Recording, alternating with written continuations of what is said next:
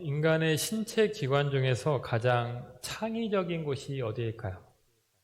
가장 창조적이고 좀 창의성이 잘 나타나는 곳이 어디라고 생각하십니까? 아마도 얼굴이 아닐까 싶습니다.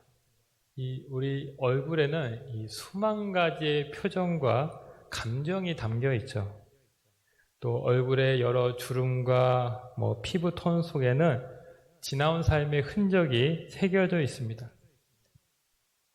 이 얼굴을 보면 관상이라고 하죠. 그 사람이 누구인지 대략 알 수 있다. 이런 말도 하는데 이 한 사람의 과거와 현재 또 미래까지 내다볼 수 있는 곳이 아마 얼굴이 아닐까 싶습니다. 언젠가 한 성도님과 했던 상담이 생각이 납니다. 이분은 늘 얼굴이 어둡고 그늘이 가득한 분이었습니다. 왜 저렇게 항상 어두우실까? 제가 이제 그런 생각을 하면서 이제 상담을 하게 됐는데 이유가 있었습니다. 이분에게는 남편이 있었고 자녀도 아들이 하나 있었습니다. 그런데 알고 보니까 이 남편과 대화를 하지 않은 지가 수년이 된 상황이었습니다. 한 집에 같이 살고는 있었지만 방을 각각 따로 쓰고 있었고 또 식사도 각자의 방에서 그냥 하고 있었던 것을 알 수 있었습니다. 한 공간 안에 있었지만 얼굴을 마주보지 않고 일절 소통이 없다 보니까 이 집사님의 얼굴이 날이 갈수록 어두워졌고 급기야는 몸에 병이 나고 영적으로 깊은 우울증에 빠지게 되었다라는 것이죠. 여러분, 우리가 건강한 관계를 위해서는 얼굴과 얼굴을 마주 볼 수 있어야 됩니다. 우리는 얼굴을 통해 상대방의 마음을 알 수 있습니다. 또 얼굴을 보면서 대화해야 그 사람의 진심이 무엇인지도 확인할 수가 있죠. 내가 누군가의 얼굴을 편안하게 바라본다는 것은 지금 그 사람과의 관계가 좋다는 뜻입니다. 반면에 누구의 얼굴을 생각만 하면 그냥 기분이 나쁘고 그냥 화가 나고 자꾸 피하고 싶고 이런 마음이 든다고 한다면 지금 그 사람과 심각한 문제가 있다라는 뜻이죠. 좋은 관계를 위해서는 얼굴을 바라보아야 합니다. 여러분, 우리가 지금 새벽에 요나서 말씀을 살펴보고 있는데요. 이 요나가 하나님의 명령에 불순종하죠. 니느웨에 가서 말씀을 전하라. 하나님이 이렇게 명령하셨는데 이 요나는 정반대 지역인 다시스로 도망을 갑니다. 자, 요나가 탄 배가 얼마 못 가서 큰 풍랑을 맞이하게 됩니다. 선원들이 당황을 하고 이 재앙의 원인이 도대체 누구에게서 온 것인가? 우리가 그것을 좀 알아보자 하면서 제비를 뽑는데 요나가 뽑히게 되죠. 선원들이 요나에게 묻습니다. 너는 도대체 누구냐? 어디에서 왔고 도대체 무슨 짓을 한 것이냐? 이렇게 신문했을 때 요나는 뭐라고 대답합니까? 나는 히브리 사람으로서 하늘의 하나님을 경외하는 자입니다. 자, 그렇게 자기를 소개하면서 그가 또 중요한 고백을 하죠. 10절 말씀을 보면 자기가 여호와의 얼굴을 피함인 줄 그들에게 말하였다라고 말씀하고 있습니다. 지금 내가 하나님의 얼굴을 피해서 도망가고 있는 중입니다. 이런 이실직고를 한 것이죠. 자, 풍랑이 찾아온 것은 일견 요나가 하나님의 명령에 불순종했기 때문에 그렇게 보이지만 더 근원적인 이유가 있었다라는 것입니다. 바로 하나님을 거부하고 하나님을 피하고자 하는 그 내면의 동기, 하나님을 떠나 하나님 없는 곳으로 가고자 했던 그 마음을 하나님이 슬퍼하시면서 진노하셨던 것입니다. 여러분, 하나님은 누구십니까? 우리의 아버지가 되시죠. 우리는 그분의 자녀입니다. 자, 하나님은 우리를 눈동자처럼 지키신다고 했습니다. 이 말은 하나님이 우리 면전에서 우리 가까이에서 우리를 바라보시고 우리와 함께 하신다라는 뜻이죠. 자, 하나님은 이렇게 우리에게 가까이 다가오시는데 우리가 이 하나님의 얼굴을 구하지 않고 하나님의 얼굴을 피한다고 한다면 하나님이 얼마나 그 마음이 아프시겠습니까? 속상하시겠습니까? 우리는 하나님의 자녀로서 먼저 하나님과 깊은 교제를 이룰 수 있어야 됩니다. 하나님의 얼굴을 구하고 하나님과 함께 동행하는 삶을 살아야 하는 것입니다. 여러분, 오늘 말씀은 다윗이 그 오베데돔 집에 있었던 언약궤를 이제 다윗의 장막으로 옮기고 난 그 상황을 보여주고 있죠. 여러분, 구약 시대에는 세 개의 대표적인 성전이 있었습니다. 출애굽한 이후에 모세가 지은 성막, 그리고 솔로몬 왕이 세운 성전이 있었죠. 자, 그리고 이 언약궤가 솔로몬 성전에 들어가기 전까지 임시로 이제 들어가 있었던 다윗의 장막이 있었습니다. 자, 이 세 성전 중에서 하나님이 가장 기뻐하신 것은 무엇일까요? 놀랍게도 하나님이 가장 마음에 들어 하신 성전은 최초의 성막, 모세의 성막도 아니고 화려하고 웅장한 규모의 솔로몬 성전도 아니었습니다. 오히려 벽도 없고 휘장도 없고 오로지 그 언약궤만 모셔져 있었던 임시처소 다윗의 장막을 기뻐하셨습니다. 아모스서 9장 11절 말씀을 보실까요? 이렇게 말합니다. 그날에 내가 다윗의 무너진 장막을 일으키고 그것들의 틈을 막으며 그 허물어진 것을 일으켜 옛적과 같이 세우고. 여러분, 여기 아모스는 유다 출신의 선지자죠. 이스라엘에서 활동했습니다. 그는 이스라엘 가운데 있었던 수많은 죄들을 고발하죠. 특히 그 이스라엘 백성들의 형식적인 그런 제사에 대해서 꾸짖고 비판을 하는데, 이제 하나님께서는 그런 많은 형식적인 위선적인 제사가 아니라 다윗의 장막을 일으키겠다라고 말씀하고 있는 것입니다. 자, 이제 사도행전 15장 15절로 17절 말씀을 보겠습니다. 사도행전에서 이제 사도 야고보가 이렇게 말합니다. 선지자들의 말씀이 이와 일치하도다 기록된 바 이후에 내가 돌아와서 다윗의 무너진 장막을 다시 지으며 또 그 허물어진 것을 다시 지어 일으키리니 이는 그 남은 사람들과 내 이름으로 일컬음을 받는 모든 이방인들로 주를 찾게 하려 함이라. 여러분, 이 사도행전 15장은 무엇을 배경으로 하고 있습니까? 바울이 1차 전도 여행을 하고 난 다음에 많은 사람들이 복음을 듣고 회심을 하면서 하나님을 믿게 되는 일이 있었습니다. 그래서 이제 당시 유대인들 사이에 큰 논쟁이 일어나게 됩니다. 이 새로 복음을 듣고 예수님을 믿는 이 사람들에게 할례를 받게 할 것인가 말게 할 것인가, 이 문제를 두고 이제 다툼이 일어난 것이죠. 자, 그때 이 초대교회 지도자였던 야고보 사도가 중재를 하는데, 그때 그가 일어나서 한 말씀이 무엇이냐면 바로 이 말씀이었다는 것입니다. 바로 아모스서의 그 말씀을 인용하면서 이 초대교회가 오늘날 복음을 받아들이고 다시 세워지는 그 모든 교회들 가운데 다윗의 장막이 다시 세워져야 됨을 이야기한 것입니다. 복음이 모든 열방 가운데 전파되면서 이 말씀, 아모스 선지자의 예언이 성취되고 있음을 우리에게 가르치고 있는 것이죠.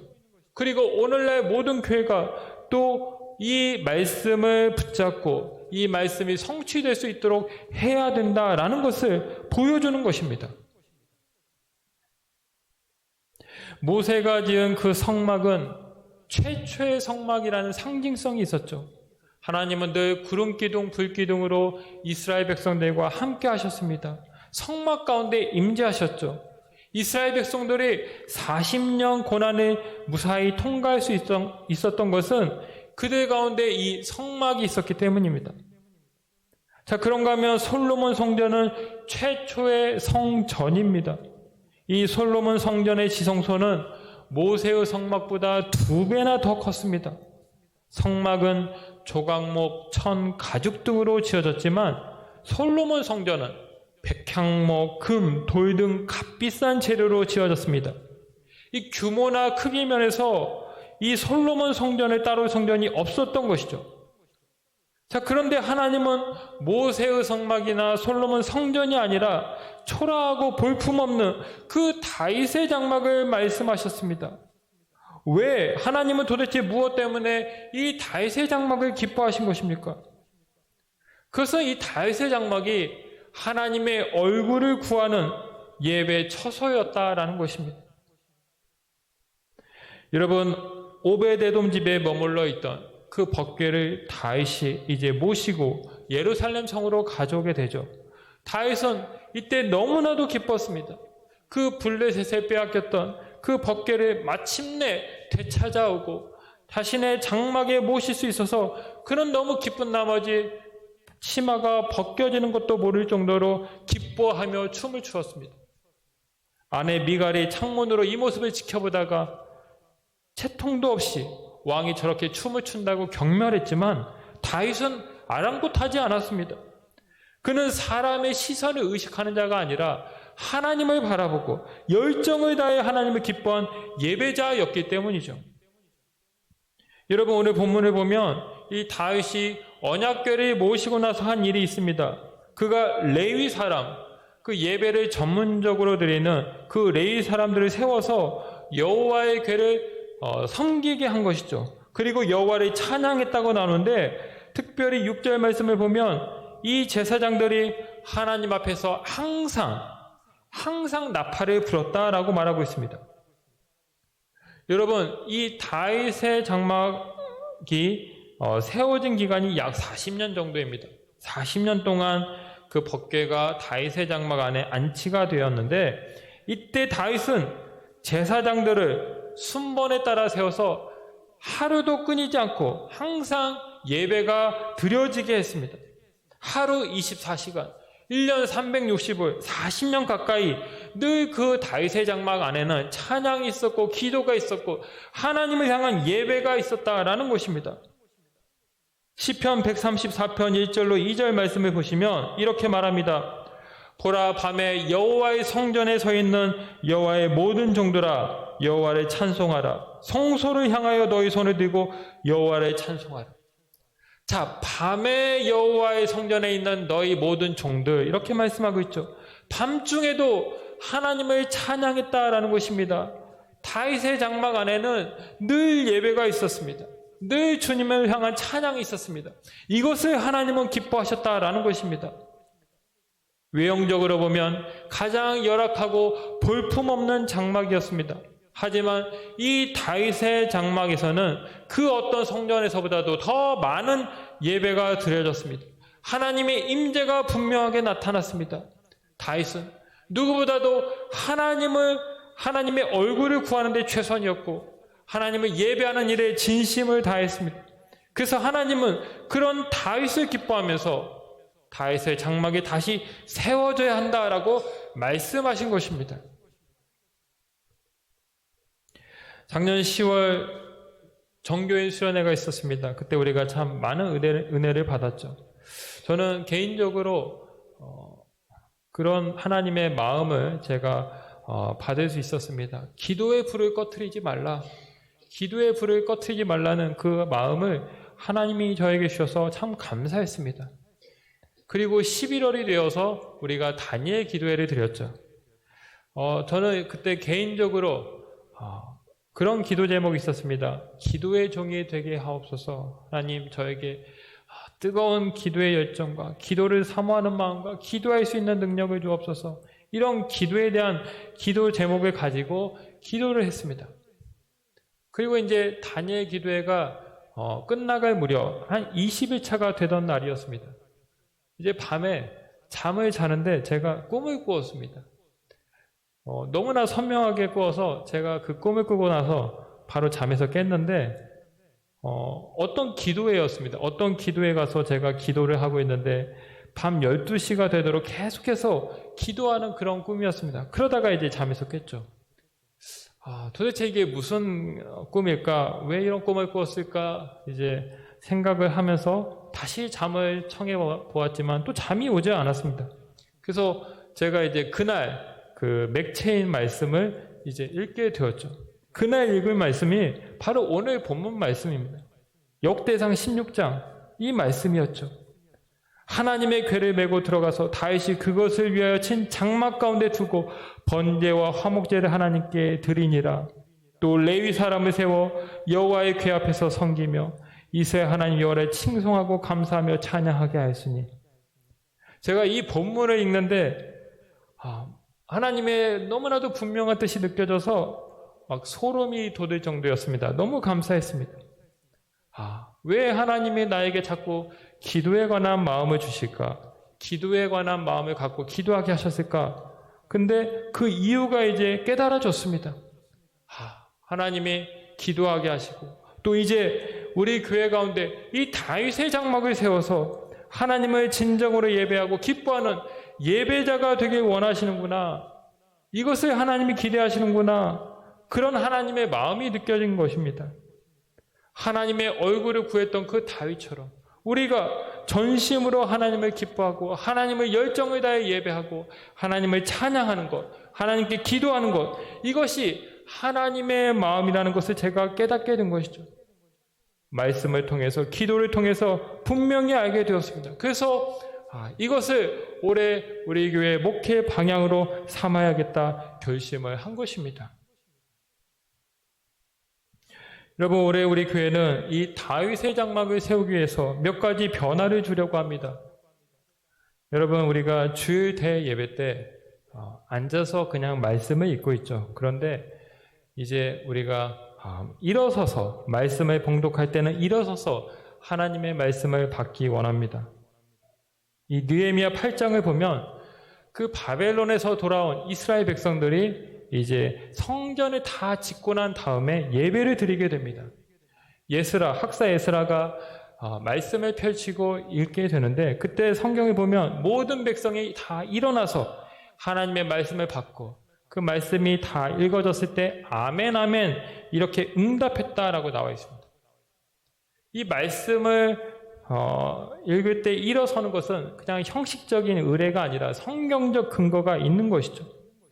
우리가 하나님 앞에서 말씀을 받는다라는 자세를 가지고 이 말씀을 받고 아멘 할 때 우리 가운데 더 놀라운 말씀의 은혜가 있게 될 줄로 믿습니다. 또 우리가 기도할 때 헌금위원들이 헌금을 봉헌할 때 헌금을 들고 앞으로 나오시죠. 이제 앞에서 기도하시는 분이나 헌금위원은 가운을 입고 이제 사역을 하시면 좋겠습니다. 여러분, 이 가운은 우리의 인간적 허물을 덮어줍니다. 나를 구별된 자로 이제 만들어주고 하나님 앞에서 겸손히 주의를 하게 하죠. 우리 장로님과 또 헌금위원들이 이 가운을 입고, 준비된 가운을 입고 사역에 임할 때 우리 예배 가운데 더 놀라운 경건성이 회복되고 또한 배가 될 줄로 믿습니다. 그리고 우리는 이제 금요기도회를 부활하려고 합니다. 금요기도회. 여러분, 기도에는 두 종류가 있죠. 두 종류의 기도가 있습니다. 하나는 수동적인 기도, 소위 머무는 기도입니다. 시편 62편 1절에 보면 나의 영혼이 잠잠히 하나님만 바라며 나의 구원이 그에게서 나오는도다 라는 말씀이 있습니다. 신앙은 기다림이죠. 잠잠히 주님을 바라보는 것입니다. 주님의 음성을 듣는 것이죠. 우리는 주님 앞에서 주님 음성에 귀를 기울이고 주님의 그 뜻이 무엇인지를 구해야 됩니다. 새벽 기도는 이런 수동적이고 머무는 기도를 드리기에 참 적당한 예배입니다. 자, 또 하나의 기도가 무엇입니까? 능동적인 기도, 부르짖는 기도입니다. 예레미야 33장 3절을 우리가 잘 암송하고 있죠. 너는 내게 부르짖으라. 내가 알지 못하는 크고 비밀한 일은 내게 보이리라고 했습니다. 여러분, 여기 부르짖다, 이 말은 크게 외치다, 소리 지르다, 이런 뜻을 가지고 있습니다. 우리 한국교회가 잘 아는 통성기도의 성경적 근거가 바로 이 말씀인 것입니다. 여러분, 신앙은 균형이 중요합니다. 우리는 때로 조용히 침묵하며 기도해야 되고, 또 때로는 힘을 다해 외치며 기도해야 됩니다. 이 금요 기도에는 마음껏 힘을 다해 기도하기에 참 좋은 예배가 될 것입니다. 우리가 1월 한 달간 준비하고, 날씨도 좀 춥고, 그래서 1월 한 달간 준비한 다음에 2월 달부터 이제 기도를 시작하려고 합니다. 일주일에 하루 나와서 기도하면 여러분 스트레스도 풀리고 주님의 놀라운 역사를 경험하게 될 줄로 믿습니다. 자, 또 한 가지 우리가 새롭게 시작하는 사역, 바로 중보기도 사역입니다. 중보기도 사역. 여러분, 지난 송구영 신예배 때 제가 그 영화 아바타 이야기를 잠깐 했었죠.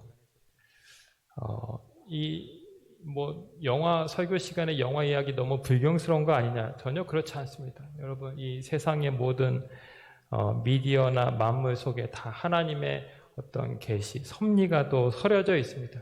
우리가 그런 것을 또 발견할 수 있어야 되죠.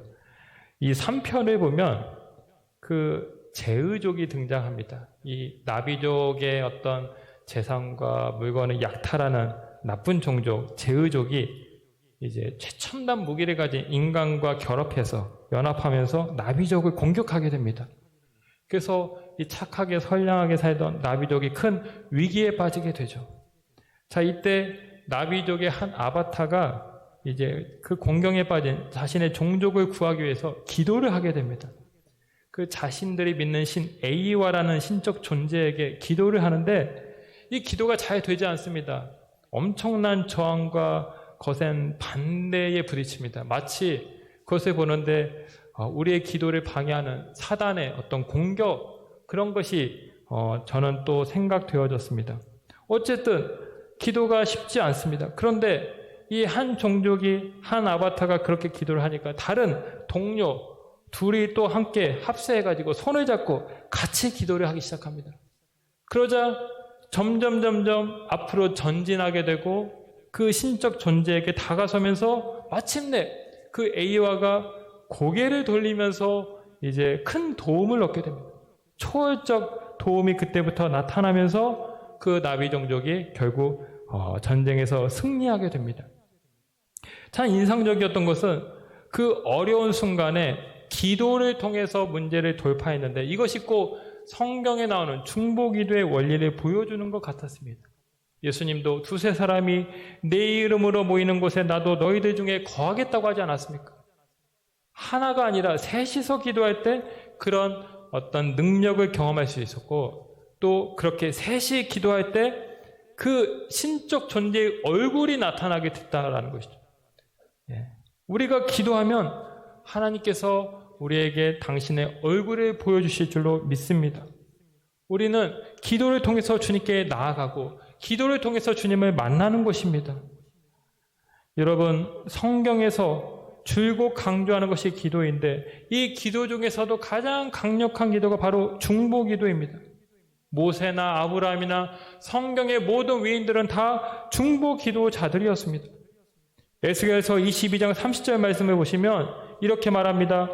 이 땅을 위하여 성을 쌓으며 성 무너진 데를 막아서서 나로 하여금 멸하지 못하게 할 사람을 내가 그 가운데서 찾다가 찾지 못하였으므로, 하나님께서 성이 막아진 데를 막고 기도해 줄 사람을 찾고 계신다라고 말하고 있습니다. 중보기도자가 필요하다는 것이죠. 성에 무너지고 지금 허물어진 그곳을 위해서 기도해 줄 그 중보자, 그 한 사람을 주님은 찾으신다는 것입니다. 중보자가 있으면 공동체나 가정이 바로 서게 되지만 이 중보자가 없을 때 공동체나 가정이 그대로 무너질 수 있음을 보여주는 말씀입니다. 이 중보기도 사역을 통해서 우리 교회는 더욱 든든하게 세워지고 하나님의 축복이 우리의 그 기도를 통해서 공급될 줄로 믿습니다. 여러분 꼭 함께 참여해 주시고 함께 중보기도하여서 놀라운 능력을 경험하시고 하나님의 얼굴을 또한 보면서 하나님의 얼굴을 경험하는 그런 은혜가 있게 되시기를 축복합니다. 여러분, 다윗이 이 여호와의 언약궤를 모시고 난 다음에 첫 예배를 드립니다. 감사의 기도를 하게 되는데 그때 그가 드린 첫 번째 기도가 무엇일까요? 역대상 16장 11절 보면 이렇게 말합니다. 우리 같이 한번 읽어보시겠습니다. 역대상 16장 11절입니다. 같이 한번 읽겠습니다. 시작. 여호와와 그의 능력을 구할지어다. 항상 그의 얼굴을 찾을지어다. 지금 다윗이 무엇을 기도하고 있습니까? 항상 그의 얼굴을 찾을지어라. 주님의 얼굴을 구하는 예배에 대해서 말씀하고 있는 것입니다. 적당히 하나님께 드리는 예배, 형식적이고 종교적인 예배가 아니라 하나님의 임재를 경험하는 예배, 하나님의 영광과 살아계심을 구하는 예배, 예배의 기쁨과 감격이 있는 그 예배를 드리라, 이렇게 강조하고 있는 것입니다. 역대하 7장 14절 말씀도 우리 같이 한번 보겠습니다. 역대하 7장 14절 같이 읽습니다. 내 이름으로 일컫는 내 백성이 그들의 악한 길에서 떠나 스스로 낮추고 기도하여 내 얼굴을 찾으면 내가 하늘에서 듣고 그들의 죄를 사하고 그들의 땅을 고칠지라. 내 얼굴을 찾으면 내가 듣고 고쳐주겠다 말씀하고 있죠. 아무리 삶 가운데 여러 가지 어려움과 고난과 또 문제가 있다 할지라도 그들이 다시 하나님의 얼굴을 구하면서 전심으로 하나님께 나아가면 하나님의 그 모습을 기뻐하시면서 그 모든 삶 가운데 여러 가지 문제, 질병, 아픔 이런 것을 다 고치시고 회복시킬 것임을 약속한 말씀인 것입니다. 우리가 하나님의 얼굴을 구해야 된다는 것이죠. 사랑하는 성도 여러분, 우리 하나님은 외모가 아니라 우리의 중심을 보십니다. 하나님은 어떤 멋진 건물이나 세련된 형식의 예배를 찾으시는 것이 아니라 좀 투박하고 좀 부족하더라도 열정을 다해 드리는 예배, 하나님만을 구하고 바라보는 그 예배를 기뻐하시는 것입니다. 주님은 지금도 영과 진리로 예배 드리는 그 한 사람을 찾고 계십니다. 올 한 해 주님의 얼굴을 구하시고 전심으로 주님을 예배하여서 다윗의 장막을 세우는 교회로 거듭나는 은혜가 우리 가운데 있게 되기를 주님의 이름으로 축원합니다. 기도하겠습니다. 하나님 아버지 감사합니다. 우리에게 귀한 자녀됨의 축복을 허락하시고 우리를 사랑하시고 날마다 우리를 눈동자처럼 바라봐 주심에 감사드립니다. 주님이 우리를 그렇게 사랑하시고 바라보시는 것처럼 우리도 주님의 얼굴을 구하면서 주님을 바라보고 주님께 전심으로 기쁨으로 나아갈 수 있는 믿음을 허락하여 주옵소서. 너희는 항상 그의 얼굴을 구하라 다윗이 외치고 또 하나님이 기뻐하셨던 그 마음, 그 다윗의 장막을 세우라는 그 마음을 우리가 다시 한번 올 한 해 붙잡게 하시고 우리 가정과 우리 교회와 우리 삶의 자리에 다윗의 장막을 세워서 날마다 하나님의 임재를 경험하고 하나님의 기뻐하며 살아가는, 하나님의 풍성한 은혜를 누리며 살아가는 우리 모두가 되게 하여 주옵소서. 감사드리며 예수님의 이름으로 기도하옵나이다. 아멘.